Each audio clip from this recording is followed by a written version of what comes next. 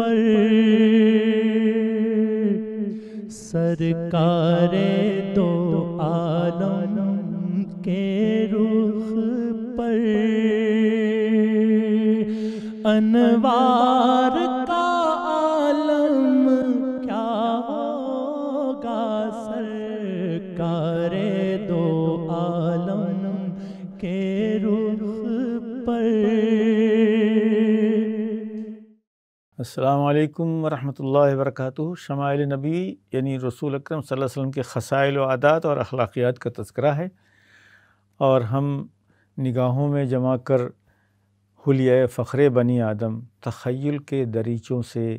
انہیں دیکھا کریں گے۔ ہم کوشش کر رہے ہیں کہ ایک رسول اکرم صلی اللہ علیہ وسلم کی ایک خیالی تصویر اپنے ذہن میں لائیں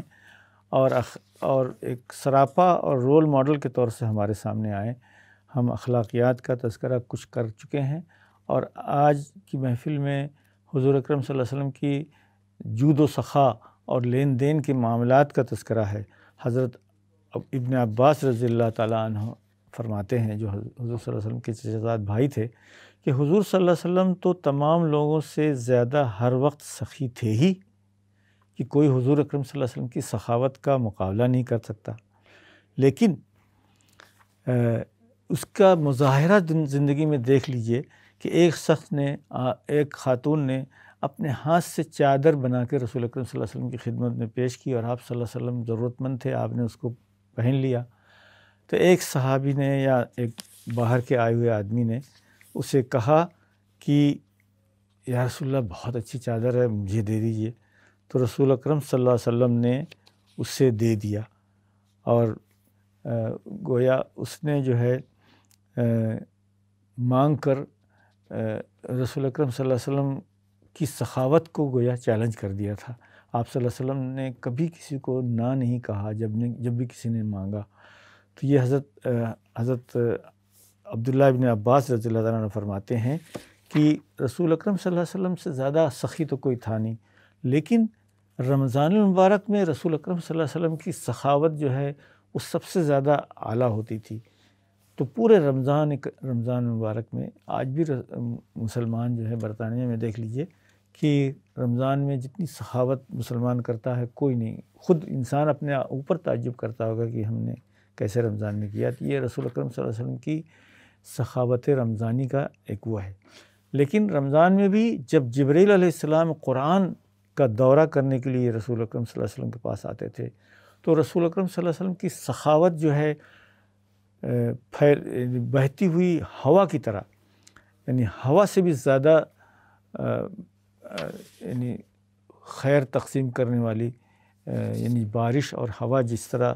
اللہ کی رحمت کو ہر جگہ تقسیم کرتے ہیں، تو رسول اکرم صلی اللہ علیہ وسلم خود سخی تھے ہی عام حالات میں، رمضان میں سپر سخی ہوتے تھے، اور اس سے بھی سپر جو ہے وہ جب جبرائیل علیہ السلام جس دن آتے تھے قرآن پڑھنے کے لیے، یہاں تک کہ رسول اکرم صلی اللہ علیہ وسلم کی ایک پالیسی تھی کہ آپ صلی اللہ علیہ وسلم کو اگر کوئی تحفہ اور ہدیہ دیتا تو آپ صلی اللہ علیہ وسلم اس سے اچھا ضرور واپس دیتے، فوراً نہیں تو بعد میں۔ یہاں تک کہ اگر رسول اکرم صلی اللہ علیہ وسلم کے پاس کوئی چیز نہ ہوتی، کوئی مانگتا، تو آپ ادھار لے کر اس کو دے دیتے تھے، یا اسے کہتے تھے کہ میرے نام سے ادھار لے لو اور میں اس کو ادا کر دوں گا۔ چنانچہ حضرت عبداللہ ابن عباس کے بعد حضرت بلال رضی اللہ تعالیٰ عنہ کی حدیث ہے کہ ایک مرتبہ 90,000 درہم رسول اکرم صلی اللہ علیہ وسلم کے 90,000 درہم آپ صلی اللہ علیہ وسلم کے پاس آئے، تو آپ صلی اللہ علیہ وسلم نے 3 دن تک اسے تقسیم کیا، جب تک ختم نہیں ہوا اپنے گھر جا کے آرام سے سوئے نہیں، مسجد میں آرام کرتے رہے۔ اور حضرت انس رضی اللہ تعالیٰ عنہ فرماتے ہیں کہ حضور صلی اللہ علیہ وسلم آج کے بعد یعنی اس ڈیلی ضروریات کے علاوہ جو ہے کل کے لیے کوئی چیز اٹھا کر نہیں رکھتے تھے، یعنی اسٹور کرنا اور کل کے لیے اس کو پریپیئر کرنا یہ آپ کا معمول نہیں تھا۔ یہ اپنے ذات کے لیے ایسا تھا، لیکن آپ صلی اللہ علیہ وسلم بیویوں کا خرچہ جو ہے وہ سال بھر کا دے دیتے تھے، اور ان کو اختیار تھا کہ وہ رکھیں یا اس کو صدقہ کر دیں یا کسی کو دے دیں۔ لیکن جیسا کہ ہوتا ہے کہ مہمان آئے تو خرچ کر دیا گیا۔ چنانچہ تمام ازواج مطہرات کو حضور صلی اللہ علیہ وسلم ہر سال 200 کلو کھجور جو ہے وہ دے دیا کرتے تھے، اور تاکہ وہ وقت ضرورت اس کو تصرف میں لائے۔ لیکن حضور اکرم صلی اللہ علیہ وسلم اپنے لیے کوئی ذخیرہ اندوزی یا اسٹوریج نہیں کرتے تھے، کیونکہ حضور اکرم صلی اللہ علیہ وسلم کا ارشاد تھا، اور دوسروں سے بھی کہتے تھے، اور دوسرے بھی رسول اکرم صلی اللہ علیہ وسلم کو یاد دلاتے تھے کہ وَلَا تَخَفْ مِنْ ذِي الْعَرْشِ اِقْلَالًا، عرش والے سے کمی کا خوف نہ رکھو۔ انسان بہت زیادہ پیسے سیونگ میں یا جو محفوظ رکھتا ہے یا خزانے میں رکھتا ہے، وہ اس لیے کہ کل ضرورت نہ پڑ جائے اور ہم بھوکے نہ رہ جائیں۔ تو جس کا توکل پوری طرح ہوگا اللہ تعالیٰ پر، تو وہ شاید کل کے لیے کوئی چیز نہ رکھے۔ چنانچہ بہت سے علماء کرام اور بزرگان دین نے اس پر عمل کر کے دکھایا ہے۔ حضرت عمر رضی اللہ تعالیٰ عنہ کہتے ہیں کہ ایک مرتبہ کسی ضرورت مند نے حضور صلی اللہ علیہ وسلم سے کچھ سوال کیا۔ آپ نے کہا کہ میرے پاس اس وقت تو کچھ نہیں ہے، تم میرے نام سے خرید لو، جب کچھ آ جائے گا تو میں ادا کر دوں گا، یعنی میرے کریڈٹ پر لے لو۔ چنانچہ حضرت بلال سے بھی یہی ارشاد ہے کہ ایک مرتبہ حضرت بلال کے پاس کھجوروں کی ایک ڈھیر لگی ہوئی تھی۔ حضور صلی اللہ علیہ وسلم دریافت فرمایا کہ یہ کیا ہے؟ عرض کیا آئندہ کی ضروریات کے لیے کچھ کھجور اٹھا کے رکھ لی ہے۔ حضور نے فرمایا کہ تجھے اس کا ڈر نہیں کہ اس کی بدولت کل قیامت کے دن کچھ دھواں تم کو بھی آ جائے گا جہنم کا؟ تو اس کے بعد حضور صلی اللہ علیہ وسلم نے فرمایا انفق یا بلال، اے بلال، یعنی حضور صلی اللہ علیہ وسلم کے جو ٹریجرر اور خادم تھے، ولا تخشا من ذی العرش اقلالا، اور عرش والے سے کسی فقر فاقہ اور کمی کی بدگمانی مت رکھنا۔ اے بلال خرچ کرو اور عرش کے مالک سے کمی کا اندیشہ نہ رکھو۔ حضور صلی اللہ علیہ وسلم کی سخاوت اور کرم کے واقعات جس کثرت سے ہیں، ان کا احاطہ ممکن نہیں ہے۔ اس کے لیے یہ بھی ضروری نہ تھا کہ حضور کے پاس موجود ہی ہو، ضرورت مندوں کے لیے قرض لے کر ان پر خرچ کرنا حضور صلی اللہ علیہ وسلم کا عام معمول تھا۔ جیسا کہ آتا ہے آپ صلی اللہ علیہ وسلم کا انتقال ہوتے وقت بھی آپ کی زرہ جو ہے آرمر، وہ قرض میں گروی رکھی ہوئی تھی، کیونکہ رسول اکرم صلی اللہ علیہ وسلم کبھی بھی کسی کو نہ نہیں فرماتے تھے۔ چنانچہ کان اجود الناس جو لقب ملا ہے رسول اکرم صلی اللہ علیہ وسلم کو، وہ اسی لیے ملا ہے کہ جب اللہ کی رحمت کا بانٹنے والا آپ کو فرمایا گیا ہے وما ارسلناک الا رحمۃ للعالمین، اے نبی آپ کو ہم نے سارے جہانوں کے لیے رحمت بنا کے بھیجا ہے۔ تو رحمت تو اپنی جگہ یعنی ساکت اور جامد نہیں رہ سکتی، رحمت تو بڑھتی ہے اور بڑھتی رہتی ہے۔ چنانچہ رسول اکرم صلی اللہ علیہ وسلم نے جس طرح روحانی ہدایت اور اخلاقی گائیڈنس پرووائڈ کی ہے، اسی طرح آپ صلی اللہ علیہ وسلم سے زیادہ مال و دولت میں بھی، یعنی چیزوں کے دینے میں بھی سخی کوئی نہیں ہو سکتا تھا۔ ربی کہتی ہیں، ایک خاتون ہیں، کہ میں ایک طباق کھجوروں کا اور کچھ چھوٹی چھوٹی پتلی ککڑیاں لے کر حاضر خدمت ہوئی تو حضور صلی اللہ علیہ وسلم نے مجھے اپنے دست مبارک سے ایک مٹھی بھر کے سونا دیا تحفے میں۔ چنانچہ اس سے یہ آتا ہے کہ حضور اکرم صلی اللہ علیہ وسلم کے اوپر کبھی کسی کا احسان نہیں رہا۔ سارے لوگ ہدیہ دیتے تھے اور پسند کرتے تھے۔ سب لوگوں کی تمنا ہوتی تھی کہ رسول اکرم صلی اللہ علیہ وسلم کو جو چیز پسند ہو وہ ہم ہدیہ دیں۔ تو حضرت عائشہ رضی اللہ تعالیٰ عنہ کہتی ہیں کہ حضور صلی اللہ علیہ وسلم ہدیہ قبول فرماتے تھے اور اس پر بدلہ بھی دیا کرتے تھے۔ یہ نہیں کہ نخوت اور تکبر میں کہ میں صرف دینے والا ہوں، مجھے کوئی ہدیہ نہ دے، بلکہ آپ صلی اللہ علیہ وسلم نے لوگوں کی دل جوئی کے لیے لوگوں کی چھوٹی سے چھوٹی چیزوں کو قبول کرتے اور بڑی سی بڑی چیزیں اس کے بدلے میں عنایت فرماتے ہیں۔ تو حدیثوں میں آتا ہے کہ اس سے بھی زیادہ حضور صلی اللہ علیہ وسلم ہمیشہ بدلہ دیتے تھے، بلکہ بعض لوگ تو ہدیہ رسول صلی اللہ علیہ وسلم کو اسی لیے کرتے تھے کہ ان کو اچھی چیزوں کی امید تھی کہ رسول اکرم صلی اللہ علیہ وسلم جو ہے وہ کریں گے۔ اس کے علاوہ رسول اکرم صلی اللہ علیہ وسلم کی دلجوئی، یہاں تک کہ تمام ازواج مطہرات نے شکایت کی حضور اکرم صلی اللہ علیہ وسلم سے کہ لوگ ہدیہ صرف حضرت عائشہ کے باری کے دنوں میں بھیجتے ہیں۔ تو رسول اکرم صلی اللہ علیہ وسلم نے کہا کہ بھائی لوگوں، میں لوگوں کو پابند نہیں بنا سکتا کہ وہ کب اور کیسے اور کتنا ہدیہ دیا کریں، اس میں میرا اختیار نہیں ہے، تو لوگ مجھے معاف رکھیں اس معاملے میں۔ چنانچہ ہدایہ کے سلسلے میں تحفے تحائف لینے دینے کے سلسلے میں حضور اکرم صلی اللہ علیہ وسلم کا ارشاد ہے کہ تحادو تحابو، تحفے لینے دینے کا رواج رکھو، کیونکہ اس سے جو ہے آپس میں محبتیں بڑھتی ہیں، اور یہ صرف پازیٹیو نہیں، اس سے نگیٹو اثرات ختم ہو جاتے ہیں۔ وَيُذْهِبُ الزَّغَائِنَ، ایک دوسرے حدیث میں الفاظ ہیں کہ اس کی وجہ سے ایک دوسرے کے خلاف بدگمانیاں یا غلط فہمیاں ختم ہو جاتی ہیں، دل سے، دلوں سے میل کچیل کرید ہو کر نکل جاتا ہے تحفے تحائف دینے سے۔ تحفے تحائف دینے میں کوئی ضروری نہیں ہے کہ بڑی بڑی چیزیں ہی دی جائے۔ حضور اکرم صلی اللہ علیہ وسلم نے فرمایا ہے کہ لا تحقرن جارۃ لجارتها شیئا، ایک پڑوسن اپنے پڑوسن کے لیے کوئی چیز چھوٹی نہ سمجھے، ولو فرسن شاتن، چاہے یعنی بکری کا ایک کھر پیر ہی ہو، چھوٹے سے چھوٹا حصہ جو ہے وہ بھی دینے میں دریغ نہیں کرنا چاہیے کہ ہم کوئی ویلیوبل چیز دیں گے اونلی۔ چنانچہ حضور صلی اللہ علیہ وسلم نے ہدیوں کی خود ترغیب دی ہے، ہدایہ قبول کیے ہیں اور ہدایہ پر ثواب بھی دیا ہے، اور آپ صلی اللہ علیہ وسلم نے خود ہدیے دیے بھی ہیں۔ حضرت عمر رضی اللہ تعالیٰ عنہ کو آپ نے ایک مرتبہ ہدیہ دیا تو حضرت عمر نے واپس کر دیا کہ یا رسول اللہ مجھ سے زیادہ ضرورت مند کو دے دیجئے، میں ضرورت نہیں ہے۔ تو آپ صلی اللہ علیہ وسلم نے ان کی توبیخ فرمائی کہ یا عمر اذا جاءک من ھذا المال شیء وانت غیر مشرف علیہ فاقبلھا، کہ اے عمر جب تمہارے پاس کوئی ہدیہ کوئی چیز بلا مانگے اور بغیر لالچ کے آئے تو اسے قبول کرو،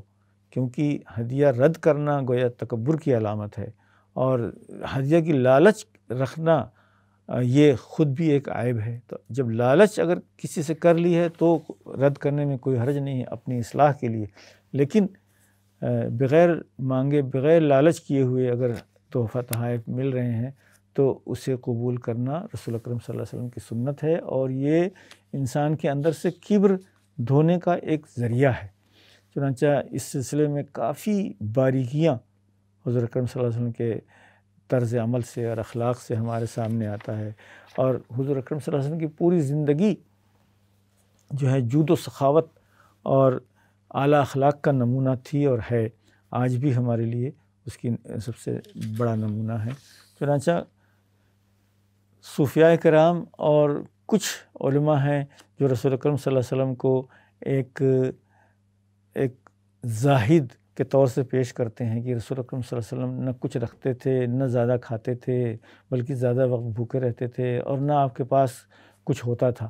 لیکن جب ہم دیکھتے ہیں کہ رسول اکرم صلی اللہ علیہ وسلم سے زیادہ سخی اور مالدار کوئی نہیں ہو سکتا، کیونکہ بغیر اس کے سخاوت، بغیر دل کے استغنا کے کوئی سخاوت نہیں کر سکتا، اور آپ صلی اللہ علیہ وسلم نے ہزاروں درہم اور دینار کے بقدر کتنے ہی لوگوں کو تحفے تحائف دیے ہیں، بھیجے ہیں۔ تو اس سے یہ سمجھ میں آتا ہے کہ رسول اکرم صلی اللہ علیہ وسلم جو ہے وہ بہت ہی غریب اور نادار بھی نہیں تھے، بلکہ آپ صلی اللہ علیہ وسلم as a head of state اللہ پر جو توکل تھا اور اللہ کی طرف سے جتنے چیزوں کے انعامات کا وہ موقع تھا، آپ صلی اللہ علیہ وسلم کے پاس جائیدادیں بھی تھیں جہاں سے حضرت ازواج مطہرات کی خانوں کا ارینجمنٹ ہوتا تھا، سالانہ بجٹ ملتا تھا۔ چنانچہ حضور صلی اللہ علیہ وسلم کے انتقال کے بعد وہ باغ فدق جو شیعہ حضرات بھی ایک متنازع قصہ بیان کرتے ہیں، وہ حضور اکرم صلی اللہ علیہ وسلم کے ازواج مطہرات کا ہی یعنی جسے فارم تھا، جس کے پروڈیوس سے رسول اکرم صلی اللہ علیہ وسلم ازواج مطہرات کا سالانہ خرچہ دیتے تھے۔ تو بعض لوگ لکھتے ہیں کہ رسول اللہ علیہ وسلم سے زیادہ کون سخی اور مالدار ہو سکتا ہے۔ چنانچہ حضور اکرم صلی اللہ علیہ وسلم سے حضرت عائشہ رضی اللہ عنہا نے ایک مرتبہ پوچھا کہ یا رسول اللہ کیوں نہیں دعا کرتے آپ؟ تو آپ صلی اللہ علیہ وسلم نے فرمایا کہ مجھے اللہ نے اختیار دیا کہ مجھے احد کا پہاڑ یا مکے کے پہاڑیاں جو ہیں سونے کی بنا دیں میرے لیے، لیکن میں نے اللہ تعالیٰ سے کہا کہ یا اللہ تعالیٰ مجھے اس سے معاف رکھیں، میں ایک دن کھاؤں ایک دن بھوکا رہوں اور تیری طرف متوجہ رہوں اور تجھ سے مانگوں، یہ بہتر ہے کہ میں ایک کنگ اور مالداروں کا وہ ہو۔ تو رسول اکرم صلی اللہ علیہ وسلم کو یہ آپشن دیا گیا تھا کہ داؤد علیہ السلام، حضرت سلیمان علیہ السلام کی طرح شان و شوکت والے محل اور سونے چاندی اور دبدبے اور مال والے آپ ہو سکتے تھے، یا آپ چاہیں تو ایک متواضع قسم کے اللہ کے مقبول بندے کی شکل میں کی طرح رہیں، تو آپ صلی اللہ علیہ وسلم نے ان دونوں میں سے فقر و فاقہ اور تواضع کو اختیار کیا، جیسے کہ پہلے بھی ہم تذکرہ کر چکے ہیں کہ رسول اکرم صلی اللہ علیہ وسلم کی تواضع جو ہے وہ ضرب المثل تھی۔ آپ سردار دو عالم ہونے کے باوجود آپ عام انسانوں کی طرح اپنے آپ کو پیش کرتے تھے۔ چنانچہ رسول اکرم صلی اللہ علیہ وسلم تو دونوں جہاں کے خزانوں کے سردار ہیں، لیکن اسی لیے آپ سے زیادہ کوئی سخی نہیں ہے اور نہ ہو سکتا ہے،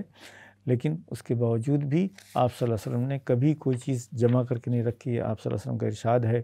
کہ اگر میرے پاس احد کے پہاڑ کی طرح بھی سونا آ جائے تو جب تک وہ پورا میں بانٹ نہ دوں، یعنی اس کو ڈسٹریبیوٹ نہ کر لوں اس کے مستحقین تک، مجھے چین و سکون اور آرام نہیں آئے گا۔ چنانچہ آپ نے زندگی میں کر کے بھی دکھایا کہ 3 دن تک آپ صلی اللہ علیہ وسلم گھر نہیں گئے جب تک کہ وہ نہ ہوا۔